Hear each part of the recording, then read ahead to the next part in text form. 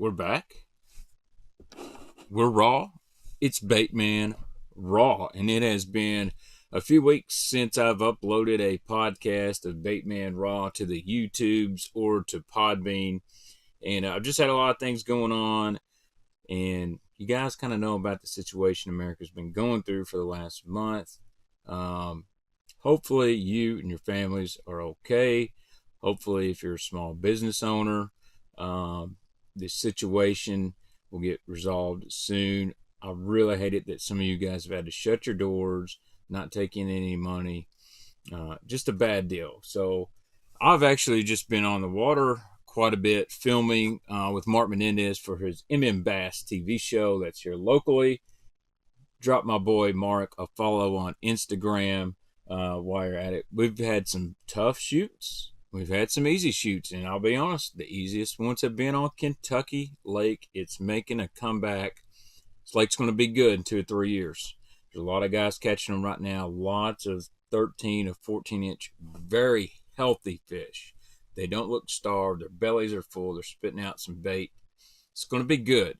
Still going to be some carp, and we're just going to have to live with that. But the days of it just being super, super tough, I'm not going to say they'll never come back, but they're dwindling. We're going to have some really excellent years ahead fishing. Very interested in this summer's offshore fishing. I actually think it's going to be a shallow guy deal for a year or two. You're going to always have some offshore fish. But anyways, not a whole lot going on in the bait world, but iCast was actually canceled. I wasn't sure I was going to go anyway.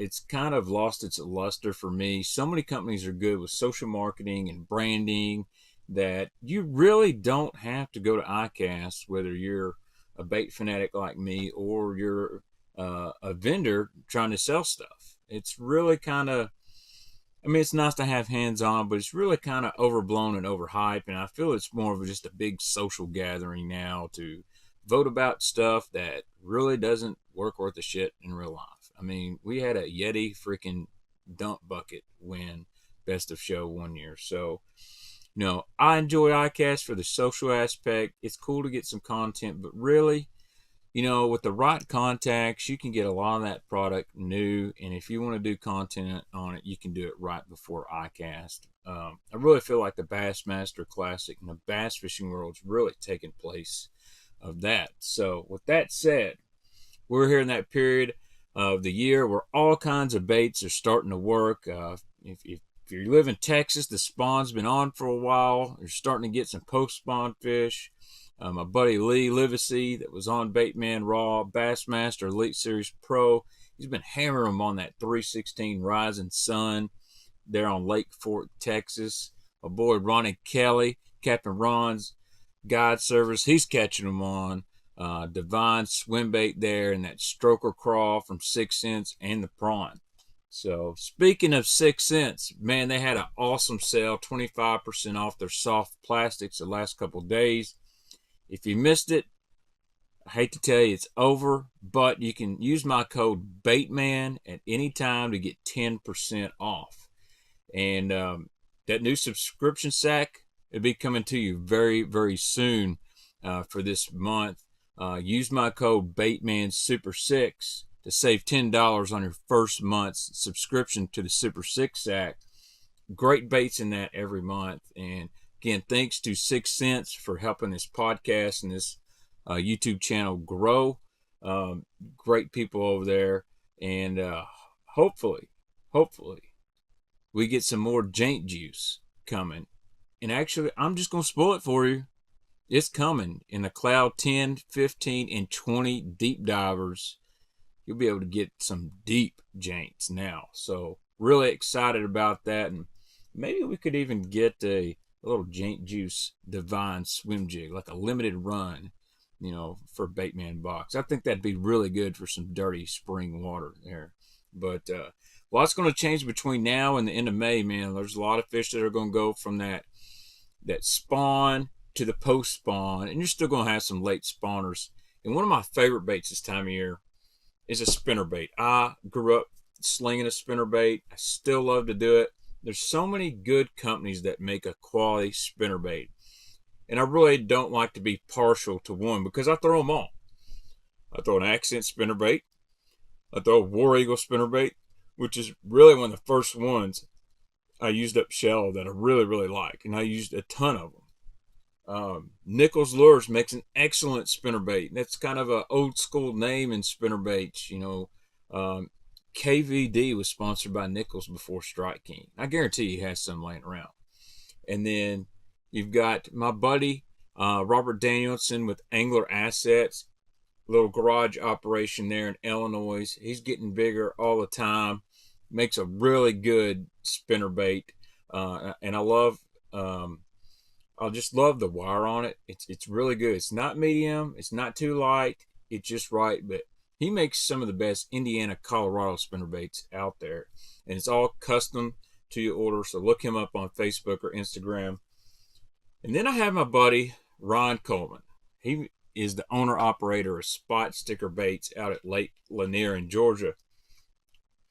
And I'm not going to say Spot Sticker's a household name, but if you're in Georgia, Tennessee, parts of Tennessee, Alabama, you know what Spot Sticker Baits are about.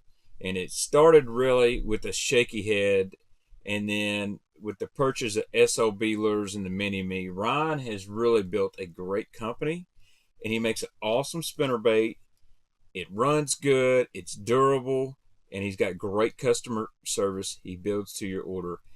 And he's also an Auburn Tiger fan. And I'll be honest, out of all the SEC teams, I just don't really hate on Auburn. I actually root for them quite a bit because they beat Alabama. They make a lot of people mad. And I like Bruce Pearl. You're still my homeboy, Bruce.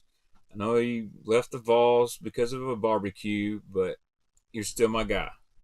And so I got a little love for Auburn with the Bruce Pearl deal.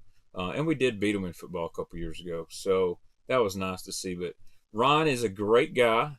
And I've spent like an hour and a half trying to get him to get logged in on Skype. And he just messaged me, says he's ready. So we're fixing to do this. This is Ron Coleman on Baitman Raw with SpotSticker Baits. Well, we've had about an hour of technical difficulties, but I have got my buddy with SpotSticker Baits, Ron Coleman, on here. Huge Auburn football fan. Actually, Auburn Athletics. He actually roots for their basketball team. My former favorite coach, Bruce Pearl. Ron, how you doing? Doing great, Kevin. How's everything going this morning? Well, it's going good. I decided to stay up instead of go to bed so I can record this podcast with you because that's how much I like you. It's always good to hear here. Well, let's just get right down to the biscuits and gravy of this. A lot of things have been going on in the world. I think we know of the COVID-19 stuff, and you're in the bait business. What's going on with SpotSticker Baits? Is the sale still there? And give us a little rundown of SpotSticker. You know, it's a homemade operation that you took over several years ago. Where you kind of created, but you took over the old SOB lure spinnerbait, and you really went on from there. Yeah, SpotSticker Baits has been around for a while. I have a couple buddies, Donnie Sims and Glenn Hammer out of Alabama, that started SpotSticker back in the 90s. And SpotSticker Baits was one of the first Southern companies to make a big hook jig head for shaky head fishing. And they were doing this back in the mid 90s before anybody had ever really heard of this type fishing, especially in the South. I met Donnie on a Saturday morning launching my boat at Lake Martin in Alabama, walked up to my boat out of nowhere and just introduced himself, started talking to me, looked at the stuff I had rigged on the deck, showed me a shaky head rig, which I had not used before, a large hook jig head in Texas rigged it, gave me a couple packs of hooks and a card, and I started fishing them, and we played with them that day and caught a lot of fish on it and just kind of fell in love with the technique. And for all the years that they owned SpotSticker, they were basically pouring their own heads, making their own stuff, of course, and they stuck basically with a simple unpainted round ball jig head, and they had 3 or 4 different very light wire eagle claw hooks in their product, and a product that we still sell today. It's one of our best sellers that hasn't changed a lot. And we call it our standard head. And that's how I met these guys. So I started guiding here on Lake Lanier in around 1999. And of course, used a lot of the heads on my guide service. It's a great thing here for the Clearwater spotted bass. And just kind of got to know these guys real well, bought a lot of heads from them. Of course, eventually was on their pro staff, and then at some point started selling for them in a way. I started helping them get in stores here and out in Georgia, get stores to carry their product, and sort of was a salesperson for those guys. And in 2010, Donnie works for a power company, got so busy that they couldn't run the company anymore. And he asked me if I was interested in taking it over. And so I bought the company from him. And I had the company basically with their simple thin wire hook jig head that we still sell was the only product that at the time they had. And from 2010 up till now, we have added all the products that we sell now from that point, additional to the standard heads. Yeah, it's really grown. And some of you that are listening to this podcast, you may remember a website called the Bass Fishing Homepage, or WMI.org. And I got on there when I was about 14 years old. I was actually working at Fisherman's Headquarters in Draftonville, and I would get on there to pass the time. And this was probably 2003, 2004. And that's where I first started seeing Ryan post a lot and learning about SpotSticker Baits. And then, then the SOB lures. That was the big spinnerbait there. Yeah, Bill D was the sponsor of the Bass Fishing Homepage, which I eventually become as well with my guide service. And I met Bill there back in the 90s again, and was using some of his spinnerbaits out of Texas. And I had an idea for a compact weighted spinnerbait that I took to him then.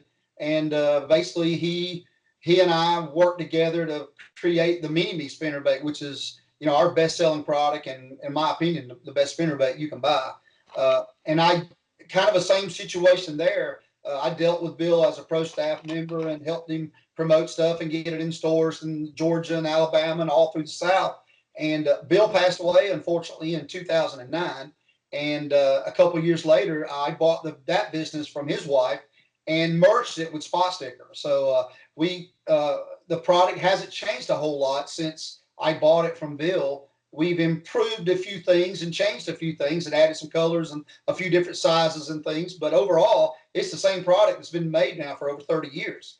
And we just didn't keep the name because the SpotSticker was very popular in the South down here where I'm from and in my area.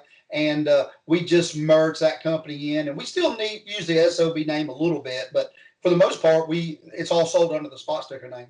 Yeah, I've got a couple of original Bill D's, and then of course I've got some of the current models, and it's not like the OG Wigglewort and the new Wigglewort. They're pretty dang identical, and man, I caught several fish on the old Mini Me, and that's why in the last year or two I was like, man, I broke a few off. I need to get a few. And I've been able to see you at a couple shows, Bassmaster Classic, the East Tennessee Fishing Show, and grabbed a couple. And the quality is amazing.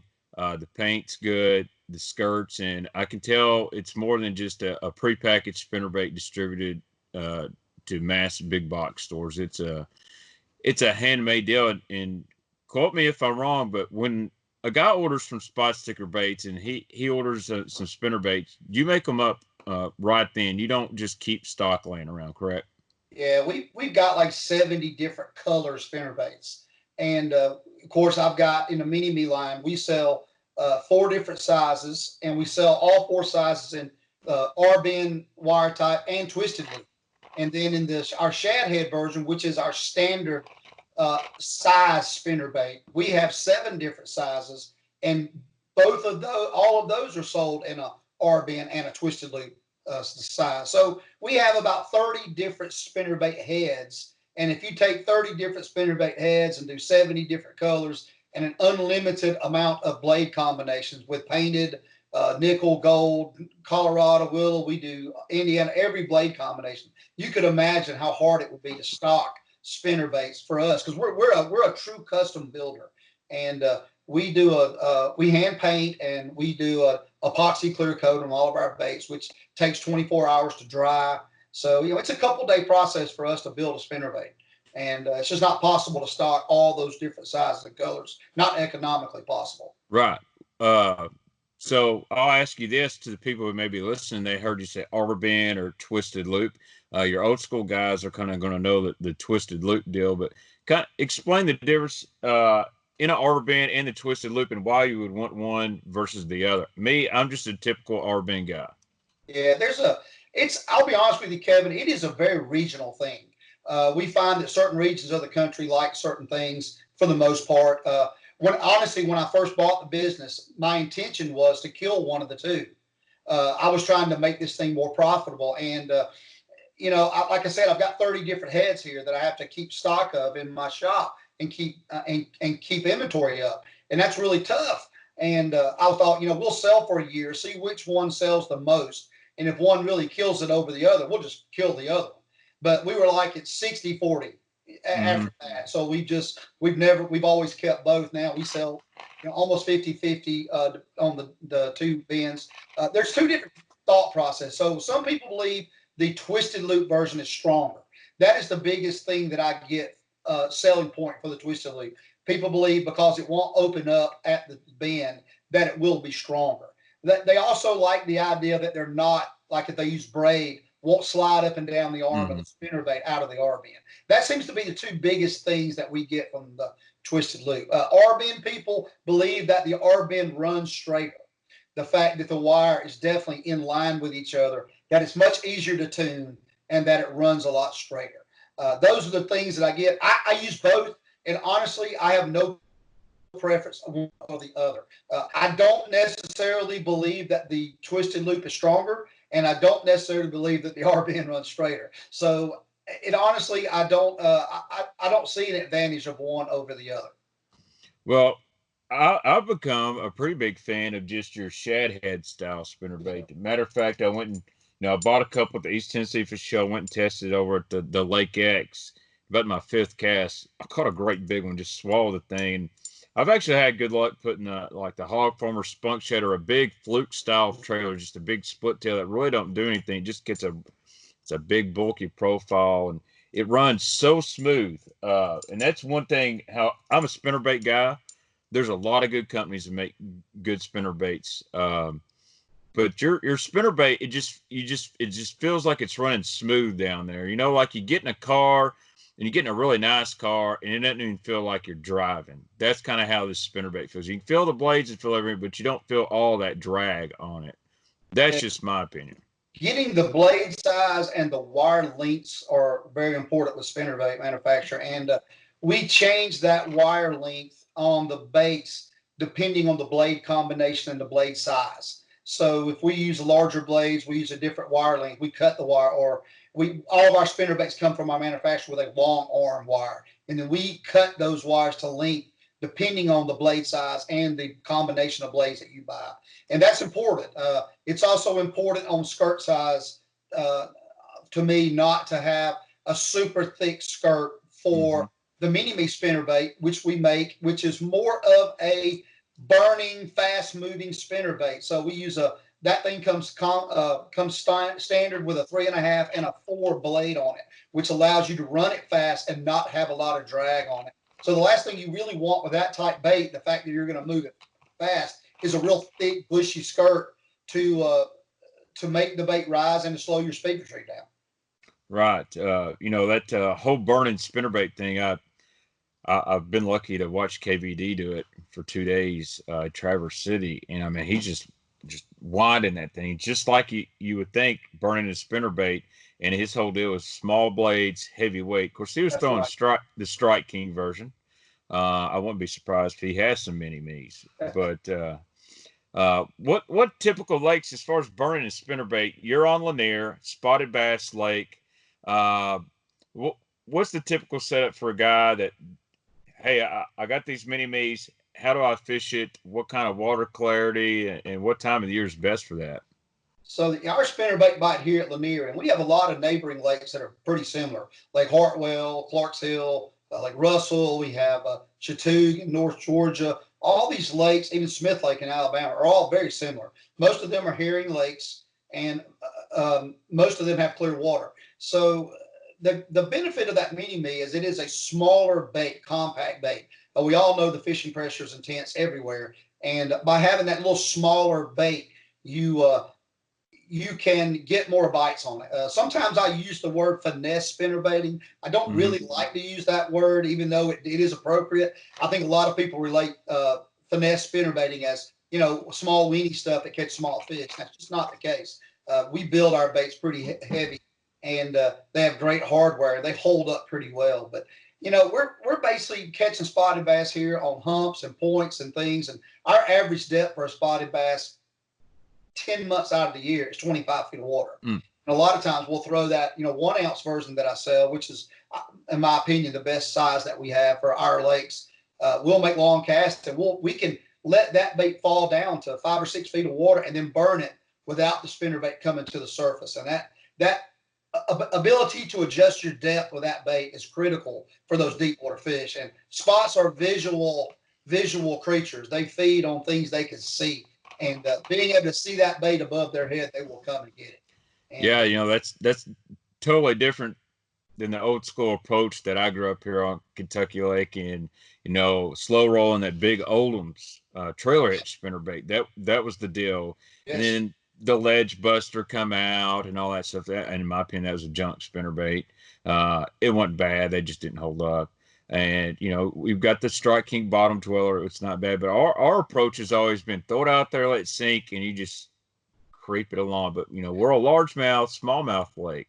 yeah, Um, but where I've done really good with the Mini Me is kind of like you said, throwing the 1 ounce, or I'll throw the 3/4 quite a bit over long tapering points. Or in the fall, we do the gravel bar fishing. I'm sure you've heard of that. It's just okay, long tapering points or whatnot, and these fish get up on top water, and but you can take that Mini Me, fire out, and you just start burning it past these bars or stumps, and they just, I mean, they clobber it. And when they hit it, it's not a, if my blade stops spinning, it's just like, uh, it's yeah, like a rockfish hits it. it's It's very violent bites, which is, you know, the fun.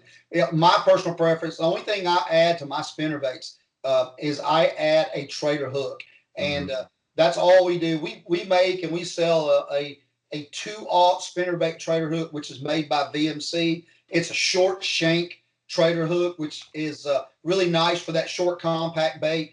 And that's the only thing that I add. I add it free swinging, so I add the trader hook on and then add a piece of tubing to just keep it from coming off the hook. So I don't want the trader stiff. I want it to free flow back there on the back of the bait.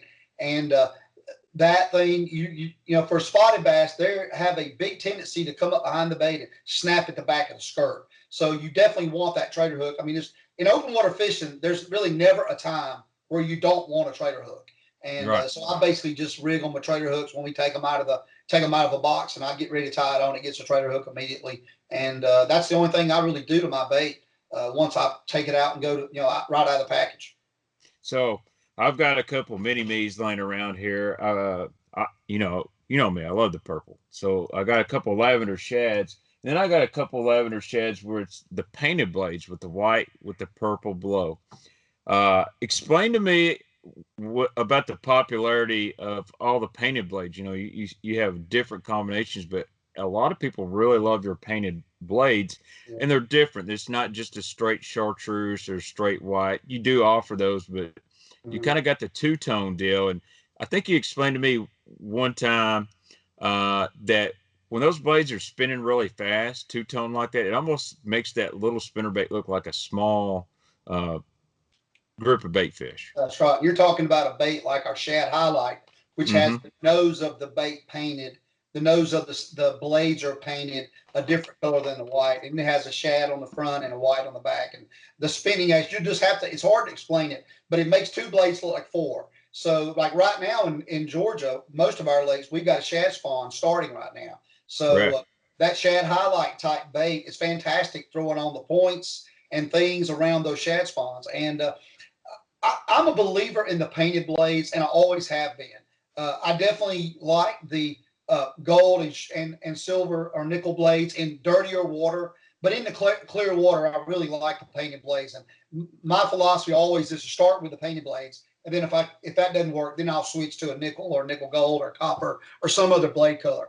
And I've done that for years and years. One of the ways that I met Bill and I got to know Bill real well was back when before we even started the Mini Me.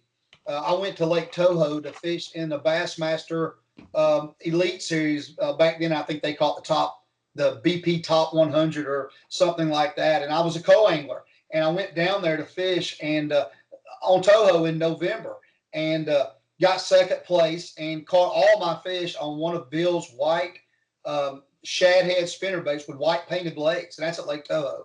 And I would bet to believe nobody on that lake was throwing painted blades. And that is a thing. I think a lot of places, everybody's so in tune with flashy, shiny blades with a spinner bait that they don't get thrown as much. And we make a lot of different types of painted blades, white, chartreuse. We do the two tones as you're talking. Most of our blades have some kind of tint to them. If you'll look at your lavender shad, you'll know the lavender shad with the white blades. Those blades have a lavender hue to them. So we paint all of our heads and our blades with a hue that matches the skirt typically for the color of the bait that we're building. Green, purple, blue, gold. We have about 10 different hues that we paint on the baits. And a lot of that you can see hanging on the rack. And some of it, you won't notice it a lot until you put it in the water and you're able to see the bait in the water. Yeah, I know something that's been really hot for you.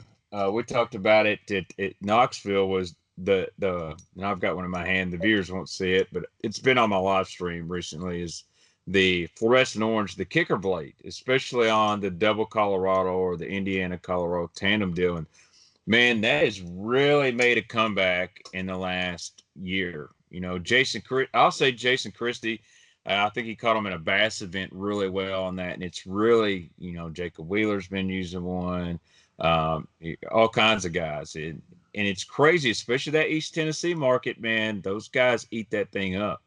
Well, it's it's the most popular thing out there right now, and not just for me, for all spinnerbait manufacturers. And of course, we're all building a version of that type bait. We make our shad head version, which is our larger size, which is probably where you're going to get the most benefit from it.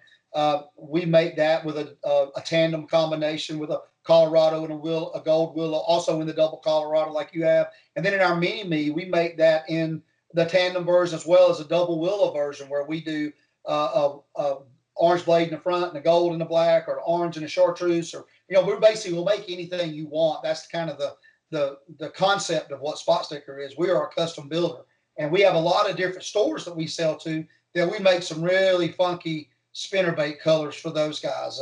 We made some baits for a store in Alabama, Mark's Outdoors, that were with our white chartreuse and orange skirt and my paint job on the head, with a orange willow and a chartreuse willow. And man, that thing is very loud. And yes, we have had people buy orange pink, orange gold, double orange. We get phone calls, and we take a lot of orders by phone and by email from people that just, hey, I like this bait, but I want a chartreuse blade on the back instead of that. And we were making that orange kicker blade bait for some guys in Oklahoma for a while, mostly just custom stuff. And I think when it was either Christie or Wheeler pounded them pretty good on one of the tournaments, it got popular and got going. And of course, at the same time, everything in the South was getting blown out with rain and mud, and all the lakes really high, really muddy. And people just, kind of started catching on to that orange kicker blade bait. And it's been good for everybody. Yeah, you make some definitely crazy colors, but I think they're all kind of proven. My buddy, little Tristan that you met at the Knoxville show, man, he's been wearing them out now for like a year and a half on like a pink lemonade or something crazy. And he's posting the other day tagging SpotSticker, and he ain't joking. He loves that spinnerbait. Of course, his hair, he needs to do something. He's got a Robertson mullet going, let's get back on the SpotSticker part off the spinner baits. Recently, Bassmaster Classic, Brandon Lester It got shown up on Bass Live. Mark Zona talked about it. He was using one of your casting jigs, and you messaged me like, "Whoa, I can't believe this!" And that's a pretty cool thing to happen for a small company like you. It And I was, don't really say small as a derogatory, but I mean, you look at Spot Sticker, then you look at Strike King or 6 Cents or Missile Baits. You're relatively small. yeah, we are, and we're a kind of a family company. I have a few contract people that work for me, but for the most part, myself and my wife, and we do most of the work. And uh, we were at the classic. We had a show. We had a booth at the expo, and we were coming in Sunday morning, driving in with my wife and I and 3 or 4 guys in my Tahoe that were working for me, and listening to the live coverage. Mark Zona and Tommy Sanders on the live coverage on the radio, and all of a sudden my phone just blew up out of nowhere, and we were kind of behind where we were behind the live coverage, and my phone, I had like 50 texts in like 2 minutes, and people were like going crazy. And next thing you know, we saw it on there, but didn't know Brandon was using our jig, didn't know he had it.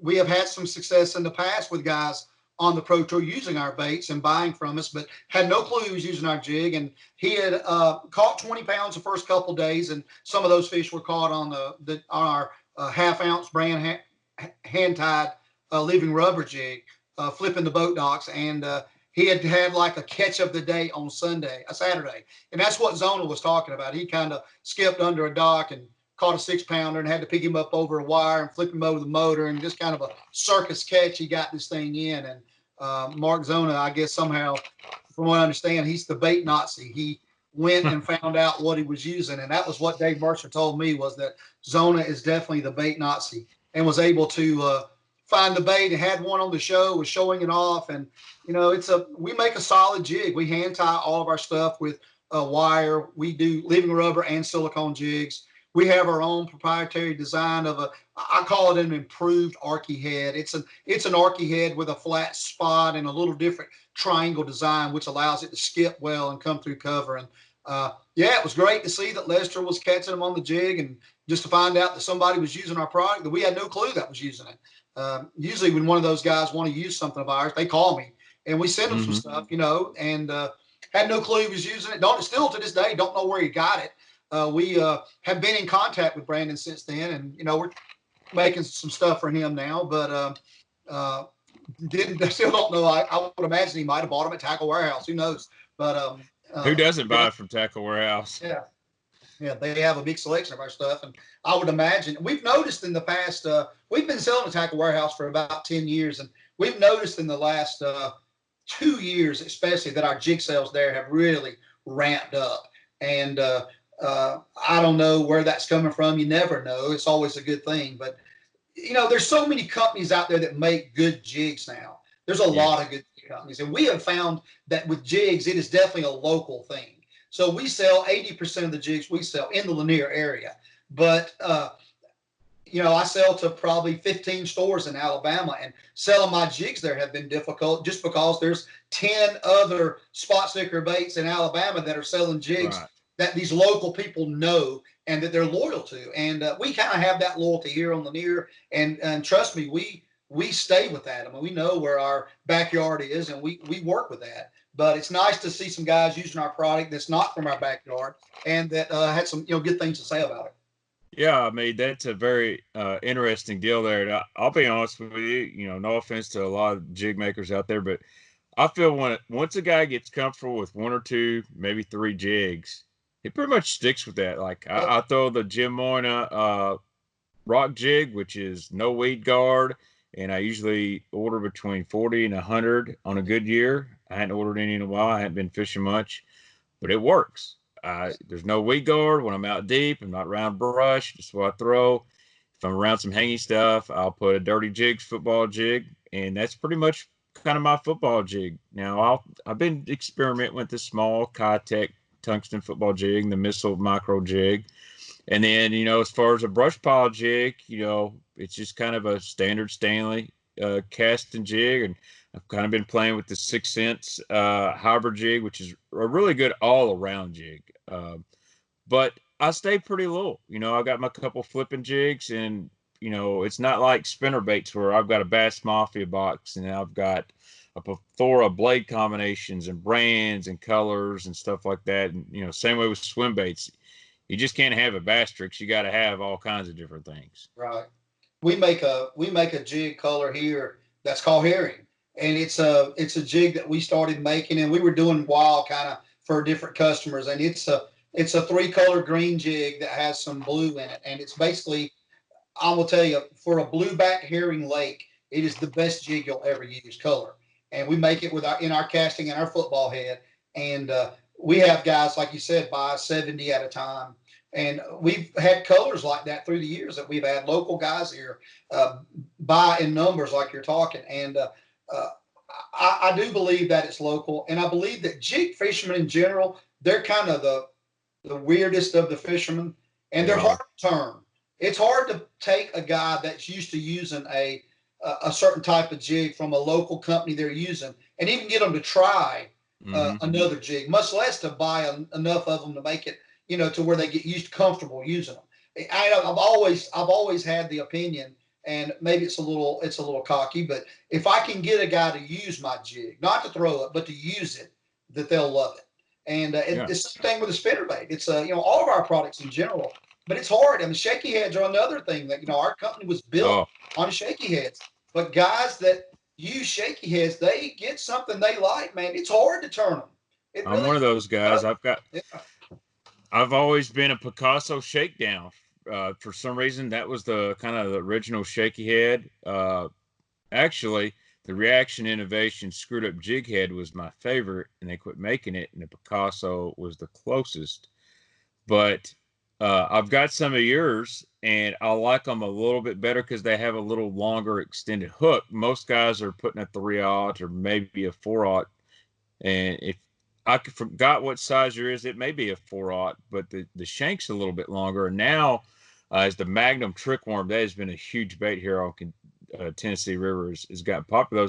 Those shorter hooks, I've caught some big fish on them, but I've also caught some big fish that were barely skin hooked. And I thought, man, if I had a little bit longer hook, I could get a little bit deeper in them. But the shaky head thing, I want to talk about that. That has really evolved into from here's a finesse thing that only spotted bass fishermen did to now you're putting 12-inch worms on 3/4 ounce or 1.5 ounce head with 10-aught hooks in them. My buddy Scott Schwacker at Hog Farmer makes.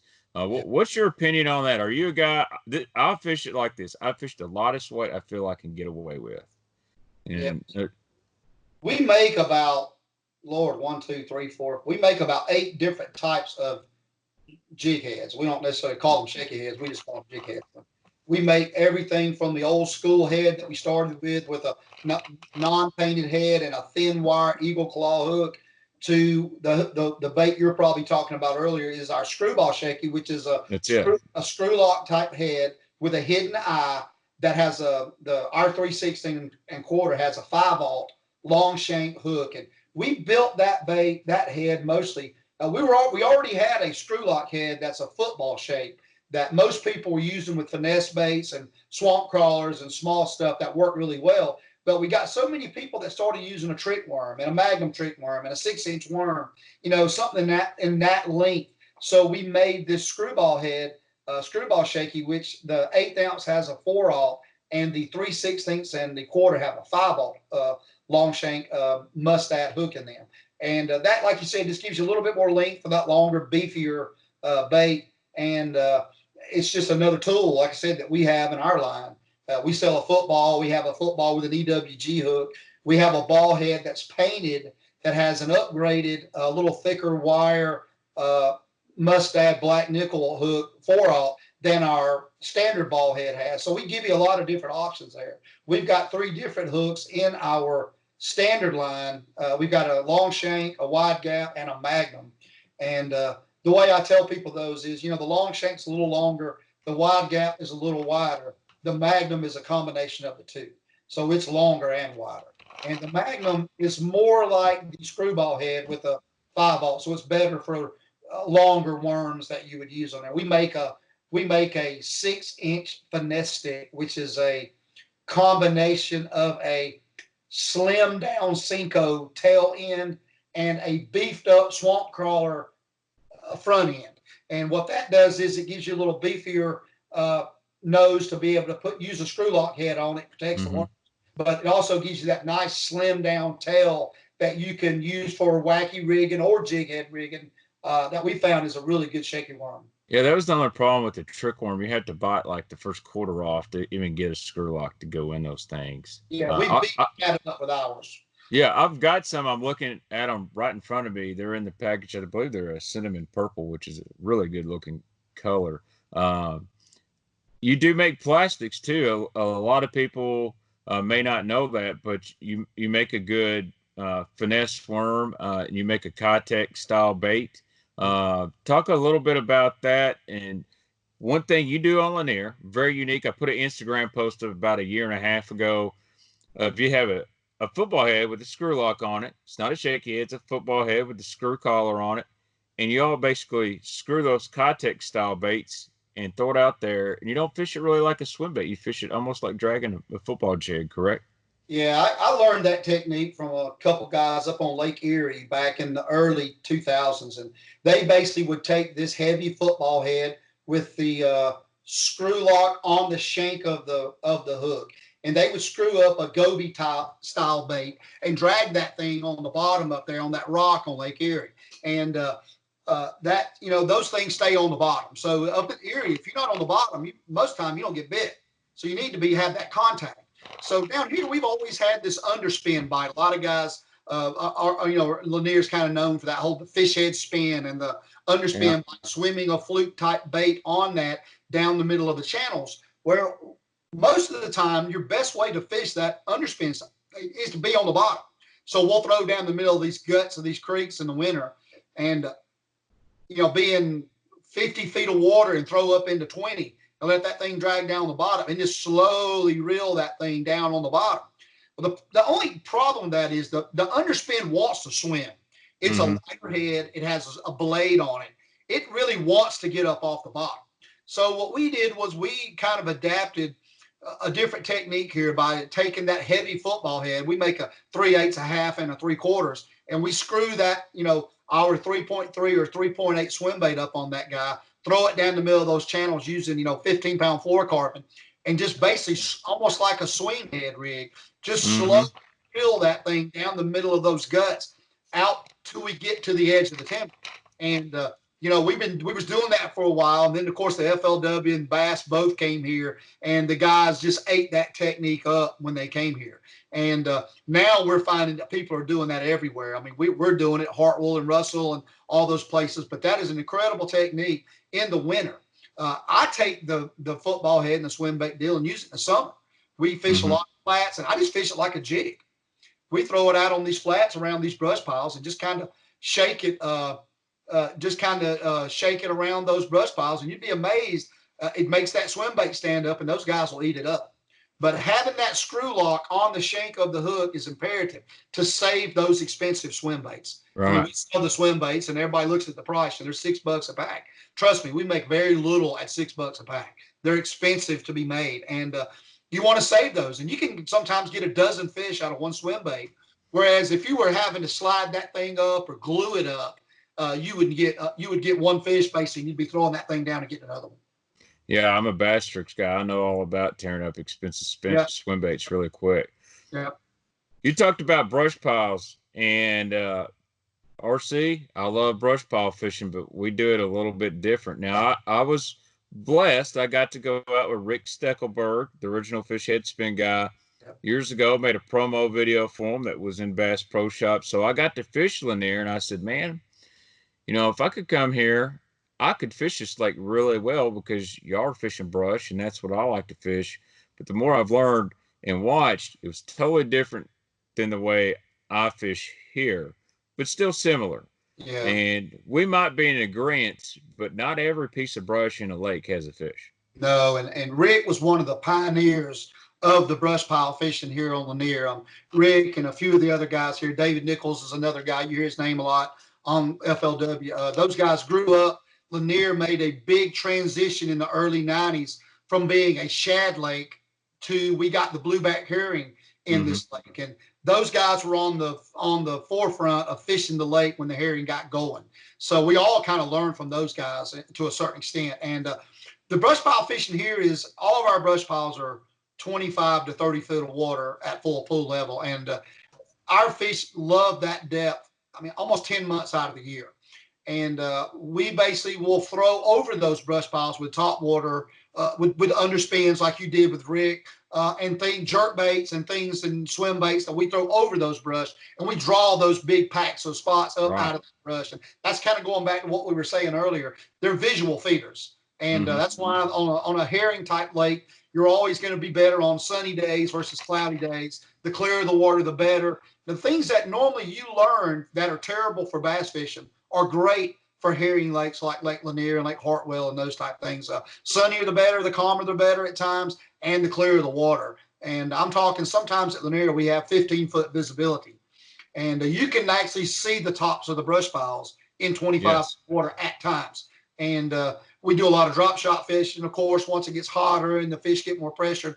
But that early summer bite on those brush piles is one that if you've never experienced it, it is absolutely one of the funnest bites that you'll ever get, because the fish are just dumb and they're easy to catch, and they'll come from 25 feet of water to hit top water, and that is fun to watch.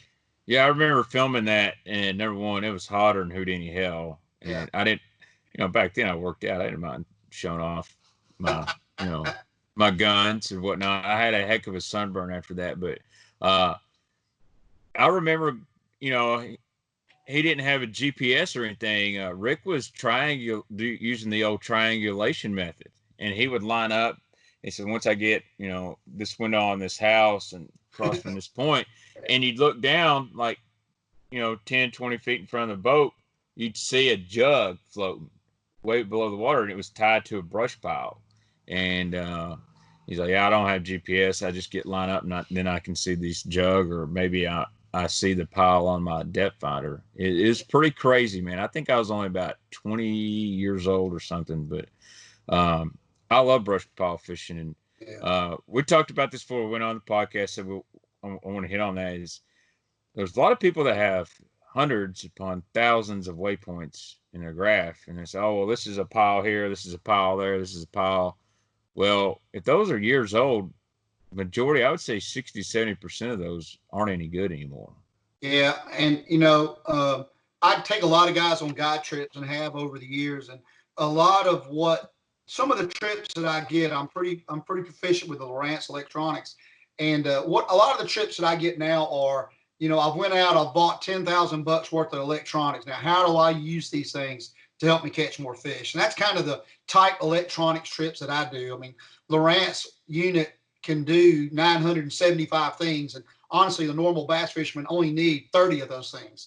And so what do I do? What do I use? What do I don't use? And the first thing I notice with a lot of these guys are they've got 5,000 waypoints on their screen at one time.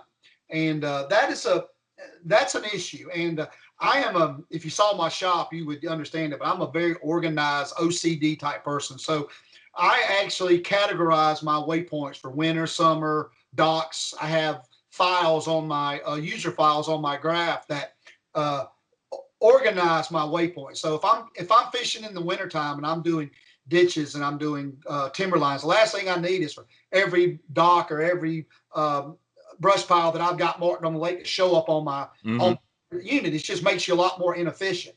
So there's definitely guys that, anytime the lake's down, they'll go around, mark every brush pile they see.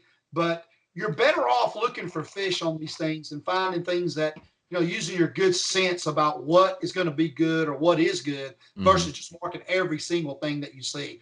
I mean, there's a lot of guys that build brush on Lanier, and I'll admit, I used to be one of the big brush builders here at Lanier. I don't do that anymore. I'm too busy. I'm a little lazy as well. And I tend to go out and look for more brush now than I do build it. But there are guys out there building, and, I know how to find them. And, of course, you talk about Rick with his lineup methods, and we used to do that. And, I won a Bassmaster event in Lake Lanier, drop shotting on brush piles. Yes, you did. 2006, using a color graph.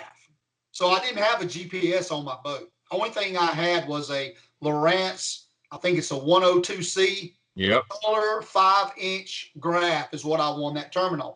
And I won that tournament dropping on fish that I could see, basically video game fishing like you're doing now, but probably before a lot of people were actually doing it at the time.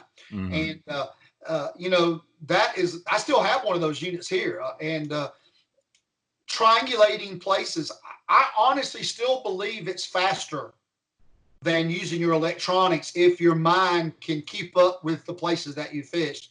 You know, most people, they have 15 good places that they fish on a lake, brush piles. Yeah, you might know where 40 is, but you're probably not fishing 40 brush piles. So Right. you can remember the lineups on these things, and the lineups don't change if you set it right. And I believe when I pull up on a place, and if I'm going to throw a top water over a place, I'm much faster using my eyes than I am having to use my electronics. So I typically get myself set up on places with my eyes. And then, of course, now I'll have the electronics on. Once I start fishing, then I can determine, you know, what am I seeing on my graph, or I've actually got the Lowrance Live unit now where I can see forward. And, you know, there's a lot of, and I know Rick probably went over it with you, there's a lot of things about brush pile fishing here when you're casting the brush piles and bringing your Mm-hmm. bait back, about drawing fish off, and what sequence of events should you do when you fish a brush pile? I mean, sometimes the worst thing you can do is pull up on one and throw a top water over it. Sometimes it's the best thing, and that's probably a subject for another 4 hour long podcast among itself. We But might have to do that too, because that is uh, it's a different thing, and there's things you can do that'll help you. Things that you can do will hurt you, and it's a learning experience, and that's something we teach on a lot of things we teach on our trips. yeah, that's what I like to bring to the channel, because I want to educate people. I mean, I don't mind giving away the juice. I'm really just an average fisherman. I love the pursuit. It's just like a guy that's a bow hunter that shoots big deer. Maybe he don't shoot a lot of them, but when he does, or it doesn't even have to be big. He just loves the fact that getting a tree, shooting a bow, being in tune, and pursuing a deer and harvesting it. That's exciting. That's kind of why I love to fish. I want to learn new techniques, different ways to fish brush piles, swim baits, glide baits, all that. So. Yeah, I Uh, heard something in a movie one time, Jeff Bridges movie, and he says he used the wording specific details. And I take a lot of guys fishing that are probably mechanically as good of a fisherman than I am, but they don't follow the specific details. And I believe with the guys that make a living doing this, and the guys that are, you know, truly so much better than we are, uh, other than being just more efficient, the specific details that they know that they use make a lot. It's the difference between pulling up on 10 brush piles and getting a fish on 8 of them, or pulling up on 10 brush piles and getting a fish on 3 of them. And that, you know, that's a huge thing. It's not only with the brush pile fishing, it's with everything that we do. And understanding what you're seeing is important. And that's with the brush pile fishing. I think it's super important It is for the waters, and definitely an they're art getting form. pounded to death. Yeah. So let's change subjects a little bit. I'm gonna go back to something earlier you talked about. You talked about you were on pro staff for SpotSticker and or SOB Lures and pro staff for another company. Do you feel that's really changed the whole pro staff thing from what it used to be to now? It's just let's just decorate ourselves with a bunch of decals and post on social media. Yeah, it is, Kevin, and I've been on both sides of it. I've been on the fisherman side of it, and I'm on the tackle business owner side of it now. So I've gotten a Right. chance, and I've always said one day I would love to sit down and write a nice article about this. And you can imagine being in 2020 now, being a tackle business owner, and we're a growing company. You know, I get 50 emails a week from high school kids, high school parents, colleges. You know, we've been a sponsor of the Auburn fishing team.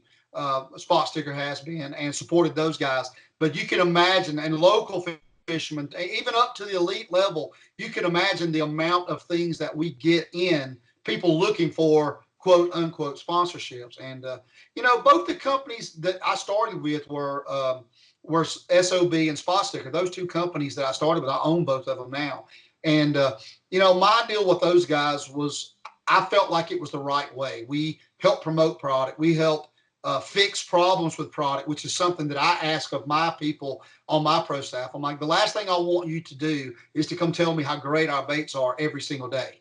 I want to know where there's a problem. I need you guys to find those problems. I need you to look for them.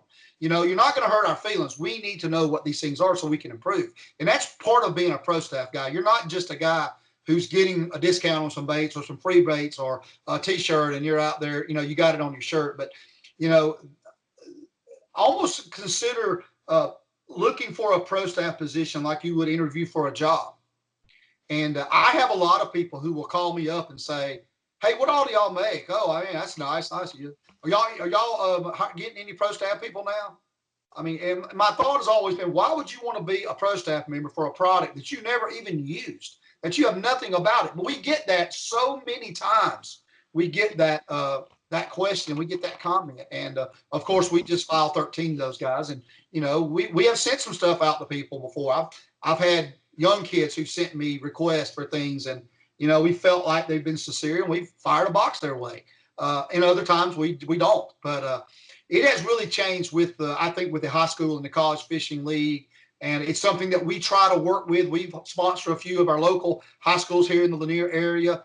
We've done a few clubs, but I think a lot of there's a kind of a misunderstanding, and some of that is even created by the tackle business. There are tackle businesses out there that you can call them up and get a 30% discount just by calling them up, and you can be on their quote unquote pro staff, and they're doing this just to flood product to the market, and that tends to happen with companies that have much higher margins. Maybe their products are made overseas. We're a 100% made in America company. All of our products are casted, all of our plastics are poured, everything made in the USA. And we don't have the margin on our product to give every person a 30% discount.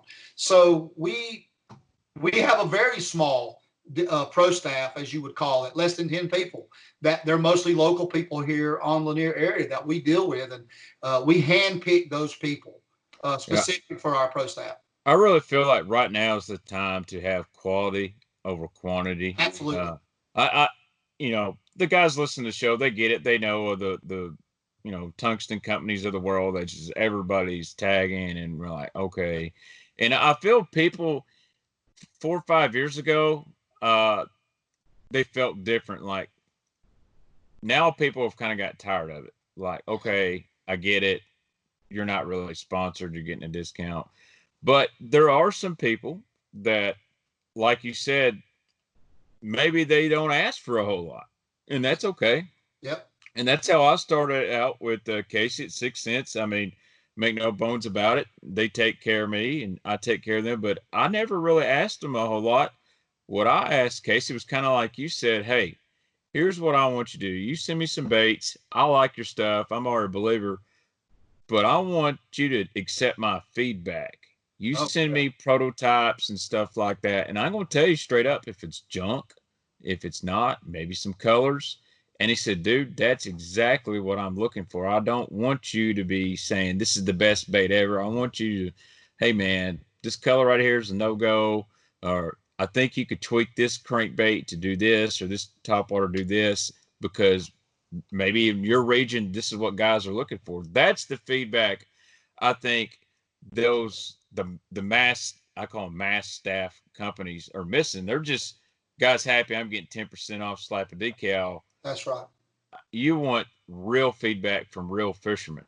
It's the hardest thing to get, Kevin, and it's also the reason that our pro staff, for the most part, is a local pro staff. So most of my sales and what we concentrate on is in our area. That's the North Georgia, Tennessee, South Carolina, Alabama area. The Southeast is what we concentrate on. I don't make a lot of baits that you can flip in grass mats at Lake Okeechobee. Right. But if you're going to fish Hartwell or Lanier or some of the Tennessee River lakes, we make baits for that. And we want the guys to tell us how we can improve those baits, because, we're a competitive company, and SpotSticker started out as a company with an incredibly low cost product line. And I mean, I have some of the very first jig heads that Glenn and Donnie packaged, that where they printed their own card on a printer and wrote by hand on there and put them in there. And they were hand poured jig heads that they were selling for 99 cents a pack.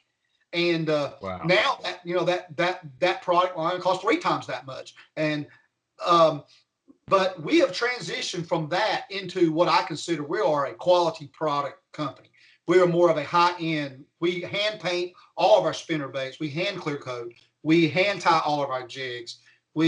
Our products tend to be a little bit more high quality compared to what we were doing in the past. And so we've improved. And I feel like that's the way that most fishermen want. Now we're reasonably priced, but our products are typically high quality. And if we have things that don't work, we remove them or fix them. And we've Right. done that with a few things in the past. I mean, I have wanted to we sell a product called a crawler head, which is a Yes. stand-up head. It's one of our own design. It has a couple of light wire weed guards on. It's one of our best-selling products. And at Lake Lanier and these lakes, we take that thing and we put a Yamamoto 5-inch hula grub up on that thing, and it is a dock skipping machine. There's a video on my website that you can watch we made out there using that thing around the boat docks. I love that product. I'm making the head, I don't make the bodies. I have been through 5 different designs with other companies for that body, and we can't get one that I like. So we're not making one. I've been making the Right. head 5 years, 6 years, and I don't make the bodies because we cannot get the right one. And I'm just not going to make a body until we get the right one. And we're doing a deal now where we have a little slide-on skirt that goes up on that. It's kind of a finesse skirt that goes up on that crawler head. And then you can put a twin tail on there. And now you've got the same thing where you can mix match colors. It's a great system. But we're not making the one-piece deal because I just can't make it right. So there's no Right. need to make it if we're not going to make it right. Yeah, and sometimes it's best, me, I've always been the guy that's, hey, why would you copy someone else's if it's already like, okay, I'll just tell you right now, jackhammer is the best bladed jig out there, and I see so many companies, and a lot of them are garage builders say, well, I've made a better one, and I made this. I'm like, dude, Yeah. that bait's so good. Why would you even worry about trying to make another one? Just, Yeah. you know. We But get requests a lot. We've had a lot of guys say, "Hey, why don't you make a chatterbait bait?" And I'm like, "Well, we don't. The area that I'm in, our market, we don't use a lot of chatterbaits. Yes, there's a right, few guys in the Lanier area that are using them, but it's not a big product line like a spinnerbait or a swim bait or a drop shot bait is. So once again, with us sticking with our customer base, it's probably not something that we want to get into. And I know there's some patent issues there, and we're not going to infringe on their patent, and we're not interested in getting that. Like you said, why would you try to improve something or copy something, if you would, that's already being made that's really good? yeah. I like your whole business model. You're not trying to take on the whole fishing world. You'd love for Yep. the whole fishing world to be buying your baits, but you've That's really concentrated to one area. And yeah, that's the area, the market you understand best. And I get approached a lot, and people are like, what do I need to do? I want to sell more stuff. And they're trying to sell all across the United States, 50 different types of product. Dominate your local business first. If yeah, you can dominate and be very popular on your home lakes, chances are someone from out of town may get your stuff and take it somewhere else. And then the word kind of gets out. It is a process. And we live in a society, Ryan, where people want now, now, now. They want to go make a bunch of products and boom, we want to be the next Pure Fishing. In reality, if you got 2 or 3 good products, make sure those are your 2 or 3 mainstays are the best around, and your local guys are loving them. They're talking about them. They're catching fish on them before you say, well, let's dive into this, then dive into that. yeah. It's kind of when I first took this on, my intention was only to do it for a few years. Well, that's 10 years later, and now I'm kind of obsessed with it. But uh, you know, I never ran a business before. I was an engineer by trade, worked for another company, and when I started guiding, it was the first time I'd ever really even dealt with the public. So it's been a learning thing for me. And when I bought the tackle business and then decided that we were going to really put some effort into this thing and spend some time doing it, how are we going to do this and how can we do it the best way? And that was tackling our local area at Lanier, where I was fairly well known. I'm still doing guide trips a couple days a week, so I can use those baits on my trips. We can do research that way. We can see we know if a spinner bait's going to last because I'm going to use one on a guide trip every day for 5 days in a row. Mm-hmm.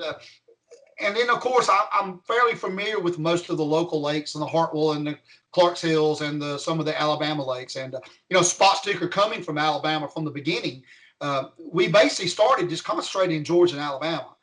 We're spreading into Tennessee now. South Carolina has started to grow a lot for us. So we're spreading out, but only in a hub around the area that we're in. We do sell to Tackle Warehouse in a few places in California. California buyers are very picky about the details of their baits, and we found that they love our spinner baits, and they have the jigs as well, have done really well out west. And a lot of people say that's a good indicator of how good a product you have, because those guys are more picky than the average Right. user out west coast. And we don't sell jig heads out there because we don't have eyeballs on our jig heads. Right. And that's the one thing they want. We don't do it. Mm-hmm. We sell our jigs and our spinner baits out there because of the detail, but our jig heads in general is more of a grassroots product, and they buy jig heads that people actually glue in 3D eyes into a shaky head. And we probably won't get into that. And Right. I'm not sure it's necessary, but I get it. I'm not putting them down. I totally get it. And but yeah, I think there's enough fishermen in my area to keep me busy. And of course, we sell a lot of stuff. A lot of the old customers that Bill at SOB had up north and out in Texas, we still sell some stuff where that company was from. But our main business, is right here in our home area. Well, let's talk about a little bit your home area here. Now we're going to get into the real raw of Baitman Raw just a little bit before we knock off. So, Ron, me and you, we've known each other for a long time, but we are huge college football fans. And as much as we love fishing, we definitely have some good college football debates. And I'm just going to be honest with you. If I don't get my college football fixed this fall, I'm about ready to go to war with the Chinese myself. I hear you. That's a scary thought. I've had season tickets at Auburn for a very long time, and it's something you and I both enjoy, and everybody. I mean, when I do my guide trips, especially in the fall, that's the center of conversation more than fishing most of the time. And I don't know what's going to happen. I'm a little nervous that it's not going to happen. I mean, things are improving, but and we're kind of on lockdown here. We're not going anywhere, and we're doing what we've been asked to do here at my place. And I've basically postponed all my guide trips. We're not taking any guide trips right now. But there are some people doing that. We're not doing it, and just basically working on the tackle business. And but I am concerned. I have my best friend played football for Auburn in the 90s. Played 4 years. He played for Pat Dye and played for Tater Tot there, and he's concerned is that we may not have college football this fall. And it's a scary thing. It's going to be new year for everybody, for everything. Yeah, I mean, I think fishing's a great sport, or some people call it a hobby, whatever you want, because it brings a lot of people together, regardless of color, religious view, or whatnot. At the end of the day, we all like to catch fish, and college football is just like that, man. It brings a ton of people together that normally maybe not would associate with each other, but they all have a love for one thing. And I was talking to a guy at work, and he said, well, if they did start this fall, I think a lot of schools will have an advantage. And I said, what do you mean? He said, well, that means Nick Saban hasn't had as much time to prepare. Alabama's on the same playing field with everybody for once. I don't know about that. My opinion is Nick Saban's ruined college football. You're going to be pretty good. Right. But I am a Auburn guy who lives and works a business 35 minutes from Athens, Georgia. So you can only imagine what my life is like. I'm guiding on the lake where half the people, or 70% of the people that I take out are Georgia Bulldog fans. My own father is a Georgia Bulldog guy, and it's a rough road to hoe up here, man. We have to fight hard up here in the Athens area. But you're right; it's a great way to meet people, and I've encountered some fantastic people here through both of my businesses in an area that I wasn't born in this area. I moved here, 25 years ago, and we have met a lot of good people, and some of those people have been met through college football and through fishing. Have you ever had anybody call and say, I need some War Eagle color spinner baits, the true War Eagle? I need some orange and blues with a little white head on there. We have tied Auburn jigs and Auburn spinner baits, and we have painted a lot of different. And I'm a little embarrassed to say I have painted a Georgia Bulldog spinner bait or two as well. So we we've done our part to keep the feuding up. Here's a question: will Georgia win a national title in the next 20 years? 20 years, I would say yes. In 20 years, I think at some point and I'm gonna call it a hex because uh, Georgia is such a lucrative area with college players, and they always get their share of the players, but for some reason it just doesn't work out. And it's been a different reason a lot of times for them. And a lot of people say they're the most overrated program, but I don't necessarily believe that. I like to say that to my friends and all, but it's a really good program, and it's they have a good fan base, but it I don't know if in the near future if it's in the cards. Sometimes it's like a bad marriage. Sometimes, man, things just don't work out, and for some reason with Georgia, something always comes along to ruin it for them. I'll be honest, I think they will, but it will not be with Kirby Smart.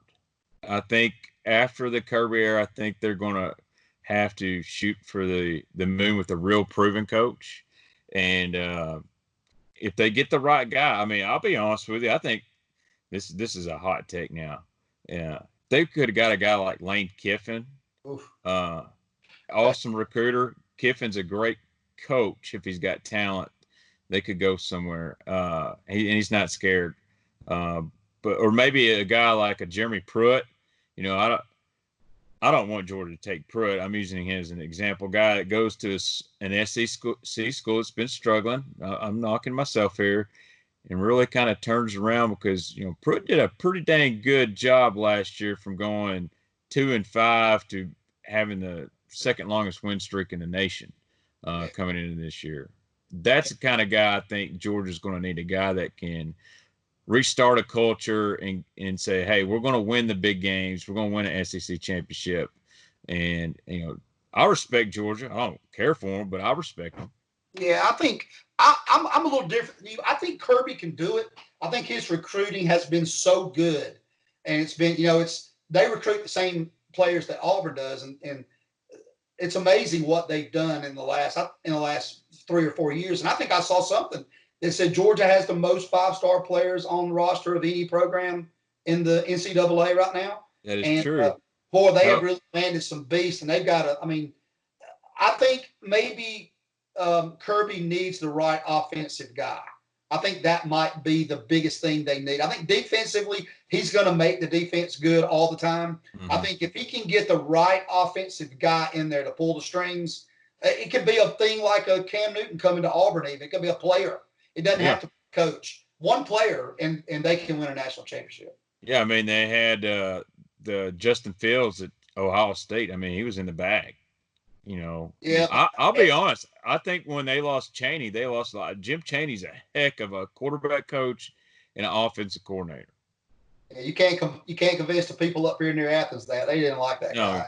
I like Jim Chaney. What he's done with Tyler Bray, and that year that we had Jonathan Crompton, man, he turned them around. But the SEC is an interesting deal, man. And like you said, all it takes is for one Cam Newton, a Tua or whatnot to really change the landscape. Let's look at LSU's quarterback. Oh, last year, yeah. I mean, that guy was. I mean, who would have ever thought Joe Burrow, the guy that he really struggled for 2 seasons, was going to have that year? And honestly, LSU season last year was a lot like Auburn season in 2010. It was just a combination of everything working the right way. They had the receivers, they had the line, and nobody got injured. They were able to do it. I mean, I think LSU takes a huge step back now. They lost the offensive guru, and they lost the quarterback and all the receivers. So you just don't rebuild that in a year or 2 years. You don't get it back. No. And they'll take a step back. I think Georgia, Dan Mullen can keep Florida going down there. That'll be Georgia's biggest competition down there to fight between that and if Pruitt can get Tennessee going, keep them going on the right path. That'll be the main three right there. That's going to be that's the Alabama, Auburn, and the LSU of the West. That's going to battle to see who's going to get to play for the SEC championship. That's pretty much the 90s in a nutshell. You had Auburn, Alabama, LSU, and Mississippi State had a couple good years in there. Yeah. I remember they played SEC title game in 96 and 97. Or no, Peyton played Auburn in 96, and T. Martin played them in '97 for the '98 title game.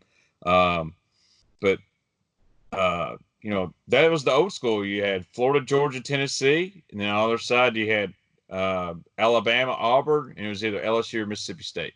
I mean, that's the Big Six. I mean, when you really figure it out, that's the Big Six. I mean, those 6 teams in the SEC are most consistent. Yes, Mississippi State every once in a while is good. I think Texas A&M has a chance to break in there and be great with the amount of money, the recruiting base, and the head coach. I mean, Fisher is a proven good head coach, so they're the teams that can do it. And I think it's always going to revolve around those 6 teams. Right. All right. Random question: if you could take one former Auburn football player, not named Bo Jackson, fishing, who would you take? Oh wow, that's a good one. I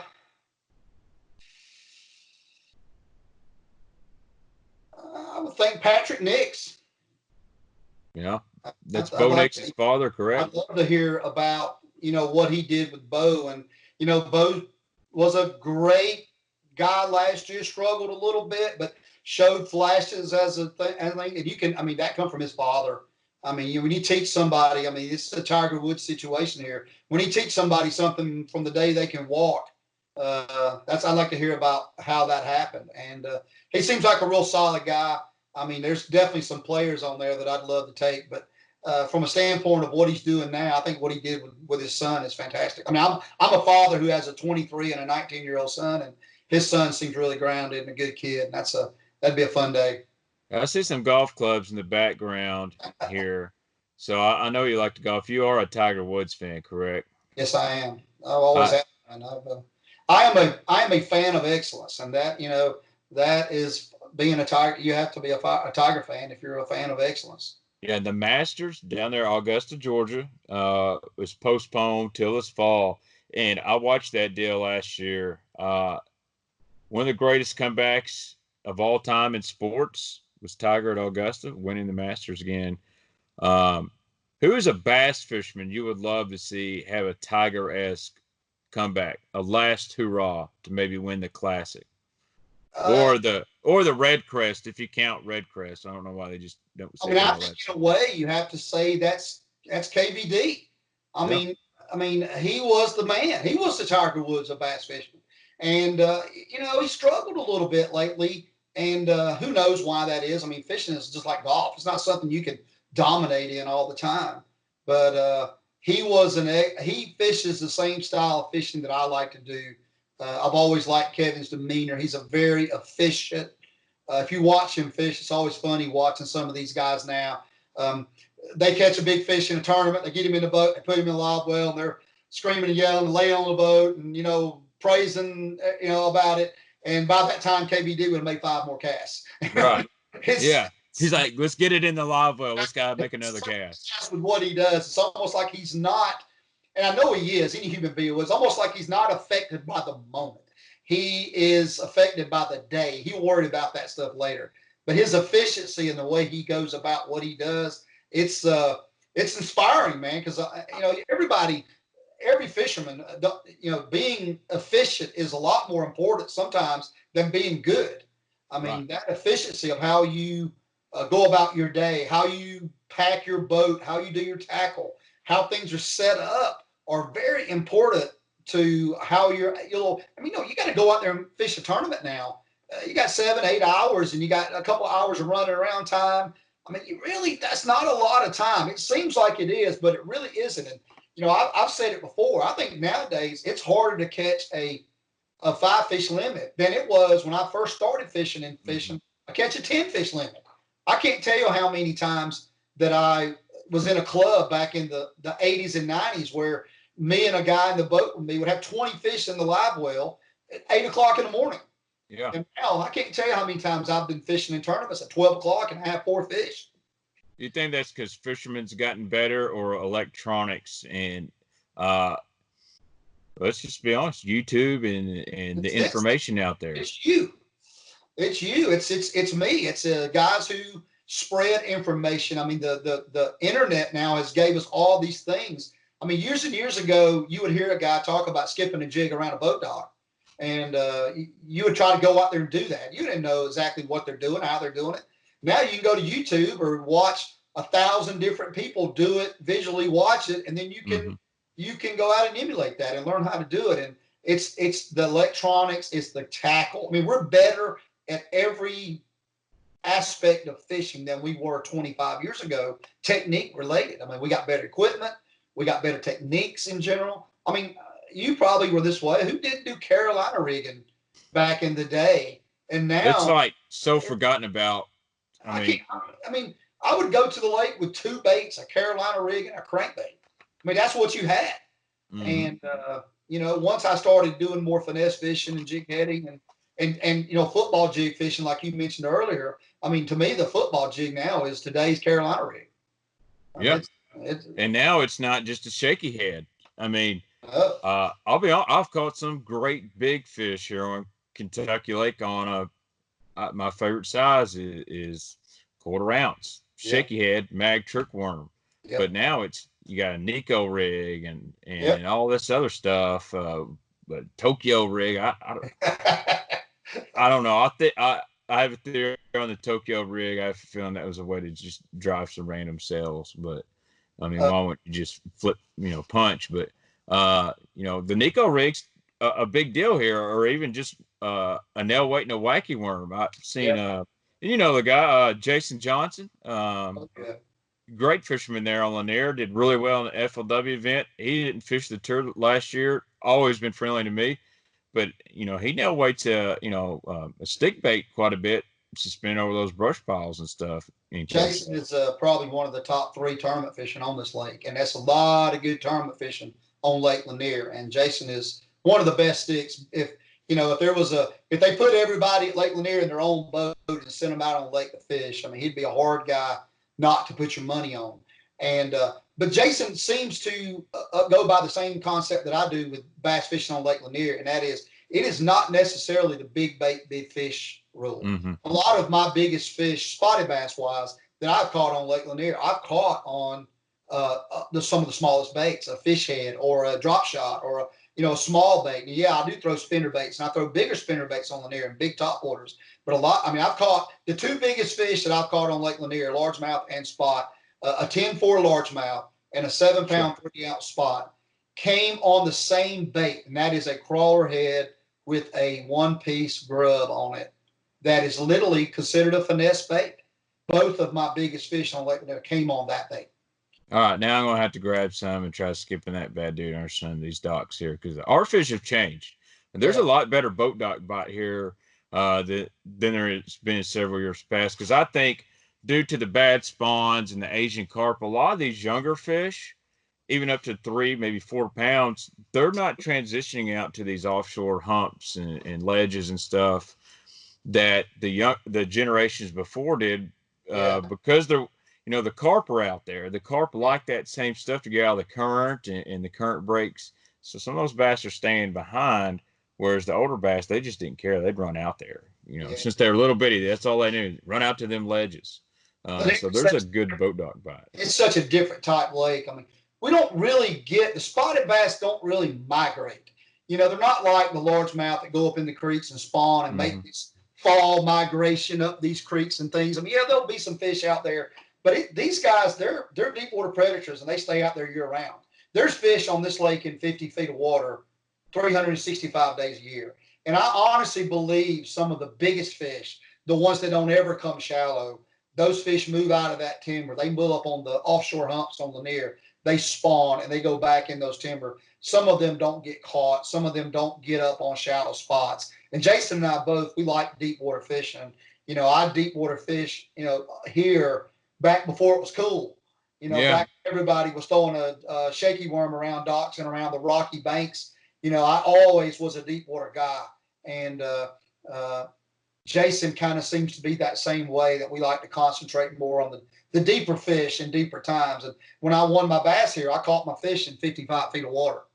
And all those fish drop shot out of 55 feet of water. And I didn't even know that bite was going on until halfway through the first day of the tournament. I was fishing in 25 feet of water like every other person on this lake, trying to scratch out 10 or 11 pounds because the fishing was so hard. And just through process of elimination, I eventually found those deep water fish. And then, second day, I had 20-pound stringer on the second day. And I had a 20-pound stringer in about 45 minutes. So, yeah, it's different here than like you're talking about. And of course, we don't have the carp like you got, fortunately, and hopefully we never do. No, But you don't want those things, man. yeah, It's a yeah, bad deal. I could see those things bouncing off all the pleasure boats we have here. That would be interesting. But we, our fish, they just don't really migrate, and they move around where the bait's at. Right. And if the bait stays on the main lake, they just stay out there. And there's always herring on the main lake. And I've always been a believer that Lanier doesn't really fish like a typical herring lake. It's a little bit different than, say, Hartwell and Clarksville and Lake Murray in South Carolina, where there's just this absolute thing that happens with the herring every year, and the bait are going to be at a certain place, and so are the bass. They're more roamers here. They tend to roam in places, and areas that produce great one year may not produce great again for 5 years. It's just all about the bait movement. And if I go to Hartwell tomorrow, and from tomorrow until end of May, I can throw a spinner bait on a rocky point, and when I bring that spinner bait back to the boat, there's going to be 50 blueback herring following that spinner bait back to the boat. It really doesn't matter where I do it at either. I mean, you can do it 80% of the points you fish, those herring are on those points. They don't necessarily do that on Lanier as consistent. You'll have to search for them here. And I don't know if there's a drop in the herring population or just the fact that the lake is built a little bit different, but you won't see that as often as you do at a place like Hartwell or Clarksville or Russell or Murray, where those you can use your spinnerbait to find the herring spawn. Now, I do know through the ways of the internet that there is a really good shallow cranking bite for largemouth on Lanier. I remember my old boss, Mike Otten, almost won a FLW series going way back in the dirty water cranking out RC 1.5. Yeah, it's the red crankbait phase kind of caught on here the last couple of years. And some of the guys that fish the FLW and the bass were doing that. I think the guy that was leading the Bass Elite Series here last time, the first day had over 20-something pounds. Jeff Gustafson, he had 20-something pounds the first day, and he got them all in a crankbait. But the problem with Lanier and the multi-day tournaments is those fish just do not replace themselves. They don't get there. And we've had that years and years and years. The tournament that I won when I was at the blast off, or the meeting before the tournament, I heard a lot of guys talking about they'd been catching largemouth in the rivers on crankbait. And I knew then that those guys were pretty much done, because they just don't replace themselves very often. There's not enough of them. I think I read a shocking report on Lanier a couple of years ago from the DNR that said that 93% of the black bass population were spotted bass. Wow. So then crazy. It was like 6% largemouth and 1% shoal bass, which is not 1%. It's less than that. But it's mostly spotted bass. And the big spotted bass used to only be on the lower end. Now they're up the lake as well.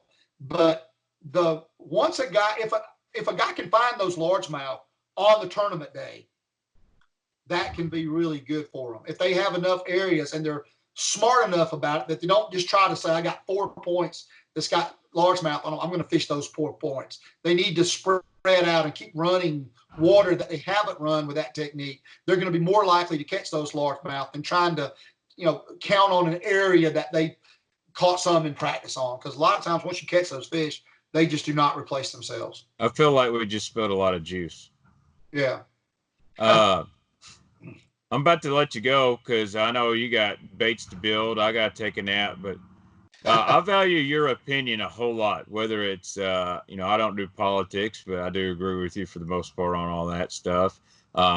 Baits and fishing, the whole major league fishing, I hate to harp on it, but from your perspective, what do you like it? Do you see the future there? Do you think they'll come to a place like Lanier where it's probably not going to be 40, 50 fish days, stuff like that? Yeah. I think they may come here. it'd be interesting to see it happen in that format. Lanier's not known, even though it's not realistically known by the people here as a true numbers lake. I mean, right now we're catching numbers because it's springtime, but for the most part, it's not a numbers lake. It's a quality lake, and you're going to catch. The fish don't group together as much. You don't catch them stacked as much. But I like the MLF format. I think it's fun to watch. I wonder if the money can stay there long enough to make it happen. Honestly, I am a bass guy through and through. I have been always that way. I still look at BASS as the driver. I like what MLF is doing. It did break things up, and maybe it was necessary. I don't know, but there's a lot of money getting spent into that format, the MLF format. That's anglers aren't paying entry fees. They're getting this $8 million, the number I heard, getting put into this thing. Who's that $8 million? I mean, are they really getting is Johnny Morris really getting enough money off of MLF for that kind of money to keep coming in or not? Right. Down to any form of business where you sell donuts or you put on bass fishing tournaments, because remember, it is a business. This is not non-for-profit charity. Nope. Are you getting an ROI? Yeah, that's what I wonder. I wonder is, and for me, the Major League Fishing crowd almost seems like more of a technical, higher end crowd. The guys that are going to watch Bass Live, for instance, who's going to spend the day with their computer running Bass Live. I'm not talking about the TV show. I'm talking about the Bass Live crowd. We have it on in the shop a lot of times, or the MLF Live that's going on. Are those advertisements there hitting the right people? Right. Are guys like Kevin Baxter and Ryan Coleman going to run down to Bass Pro Shops and buy some lures because of what they're seeing on the show? I don't know that. That's a lot of money. That's a lot of money to put up for those guys. I'm happy for the guys that are doing it, and I don't blame them for taking advantage of it. That's probably one of the best explanations I've heard of it, and one I really agree with. I've been accused of being an MLF homer, and in a way I am, because I get what they're doing, and I think a lot of people have a lot of misconceptions. I think what they did with the 2-pound rule was excellent. Excellent. But there is a few things I don't like. And, man, I'm really actually an old school FLW guy because it's from my hometown. Yep. But a lot of these changes really kind of affected a lot of people I know, and that scares me. Yeah. I'm afraid they're just going to tell everybody you're either coming with this to Boyd's house or you're not. Yeah. And people are going to be out of jobs. And I'm not mad at Boyd for that. He's trying to make a business and make money too, but I think we'll see some guys start trickle out of there back into bass and back into the different tournaments at time, trails at time. I think there was a big worry for BASS when that big throwdown happened, and their first two tournaments were St. John's River and Lanier, and those two tournaments, probably a lot of people were like, I don't even know who's left. Who are these guys that are going to be fishing? And both were outstanding. The TV coverage and everything was outstanding. So it shows you that there's a lot of competitive fishermen out there. There's not just 30 of them or 50 of them or 80 of them. There's a lot of very good competitive fishermen out there. And I thoroughly enjoyed watching the Lanier deal. And I also love watching the MLF now. I mean, I like both formats. I worry from a standpoint with MLF about the money. Being a business guy, will that money stay there where these guys can, get basically what they were promised? No entry fee. Can I get, everybody's going to get paid. It's going to be a nice payday for everybody. And they're going to be able to keep that up. I don't know. That will be my question. I mean, right now, that's a good question to ask. I mean, let's look at the whole economy across the United States. I mean, many my close friends in the fishing industry included, they're having problems getting parts or getting stuff made. I build windows, and a lot of orders are coming in. Hopefully I can say that. Hopefully Pella's not listening to this, but it's a true thing. It's just slow. Our hours are being cut out of they'd rather cut our hours back so we can still work instead of just, we're just going to throw you on unemployment. Yeah. But this is going to affect a lot of things. I mean, my question to you earlier before we even got on the podcast is bass even going to fish all season? And if they don't, is there going to be a classic next year? That's a good question. Who knows? I mean, did they even announce? I mean, we do a booth at the Classic. I have a booth at the Expo show every year that is within a reasonable distance of where I'm at. And I don't even know, have they announced where they were planning on having it next year? I thought I heard Hartwell, but I'm Oh, not sure. yeah. I had heard rumors that it was going to be in Texas. Well, that'd be So, interesting. yeah, so I don't know. But to answer your question, no, I don't think there'll be a bass season. I don't think, Yeah, I think it's everything's going to be shut down. And I think Bass was smart enough not to try to have all their tournaments in the summertime, which would not be good for the fish, not be good for a lot of things. So I don't know how they can have a full season anyway. right. And if they do have a classic, if I told it to Bass Pro, I said, you know, if it was up to me, I would just kind of scrap the season. You know, it's going to hurt some anglers financially, but those guys that have hustle, those guys like Mark Menendez that are always doing all the seminars they can, they're always promoting on social media, got little local TV shows, stuff like that. They're going to be okay. Yeah. The guys that aren't really doing any of that, that's going to be that I've always said, well, I can go cash a check or do this. They're going to have to go fish. They may not even be able to fish local buddy tournaments to make money. So Yeah, we actually had a couple of the bass guys. A friend of mine put on a tournament here in South Georgia at one of the little lakes on Friday, Good Friday, and had a couple of those guys show up down there and fishing it. So it's like, yeah, they're, and I don't know if they're trying to make money or they're just bored to death. I think it's a combination of both, really. You know, you were talking about things being closed down, and for those guys, I mean, it's everybody. It's not just the anglers out there that who may get shut down this year. I mean, I'm looking at my company, and we get all of our products from the U.S. 100%. All my main suppliers are closed right now, and one of my biggest supplier has already put out they're going to be closed into May. And this time of year, I'm normally receiving 10 to 15 boxes of product per week. And I may not get anything until July or August from them.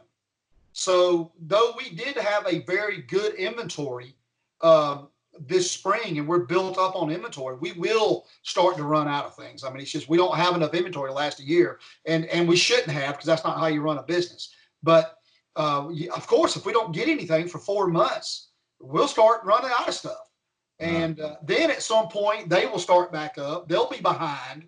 It'll take a longer time to get stuff, and I'll have to make these massive orders to build up. I mean, my company, we have, if you take the spinner baits away and the buzz baits, don't count those things. I have over 350 SKUs of products that we sell and keep up with.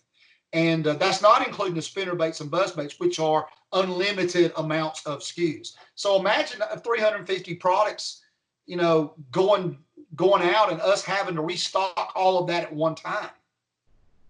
Right. Because I'll be honest, stimulus checks are hitting. People are going to want to spend money. Yeah. And guess what? Tackle Warehouse is about to ship a bunch of orders out next week. We're getting plenty of internet orders, and we're starting to pick up a lot of store orders. We've even picked up some new stores during the shutdown. So we're not complaining. I feel very happy about how well that we're doing with our orders. But I know that, that brings on problems down the road if we can't get product. Right. Well, Ryan, we've been on for an hour and a half. We've been trying to set this up for a week. We had about an hour trying to figure out how to get you on Skype. And I think you're a fan now. We're going to do this again. But going to kind of end it on that. I had something in my head. Now I totally forgot what I was going to say. But that's okay. Your website, SpotSticker.com, correct? That's correct. And my contact information is on the site there, phone number and email. We're a custom builder. So if you look on our site, you don't understand something, or if you want something that you don't see, especially colors or blade combinations. I mean, the fact that we make so many different, we can't possibly put them all on the website. Just pick the phone up, call me, you'll get me, or email me, and we will get you taken care of for whatever you want. So here's what I'd like to do, and we'll talk about this after this. For the viewers and people that follow the Baitman channel, the 6 cents crankbait's real popular. I'll hold it up here for you. Making it's the jank juice. It's the faded old school Lucky Craft chartreuse purple back. We need a Mini Me in jank juice, a chartreuse and purple skirt with some matching blades. It's No, just a dirty water killer, just no problem. an old nasty table rock spinner bait that we can let some of the viewers grab, and you'll be able to get it exclusively from Spot Sticker if we can work on that. We can work on that. That's easy. We can call it the Baitman special. How about that? That's right. Well, I'll tell you what, Ryan, we're going to end it. I'll stop recording the call here in just a second, but I want to thank you very much for joining Baitman Raw. Thank you for being a friend, and dude, you have awesome business. Not blowing smoke up your tail or kissing your butt. Been a fan for a long time. I like the way you operate and your baits catch fish. Thanks, Bill. Appreciate being on.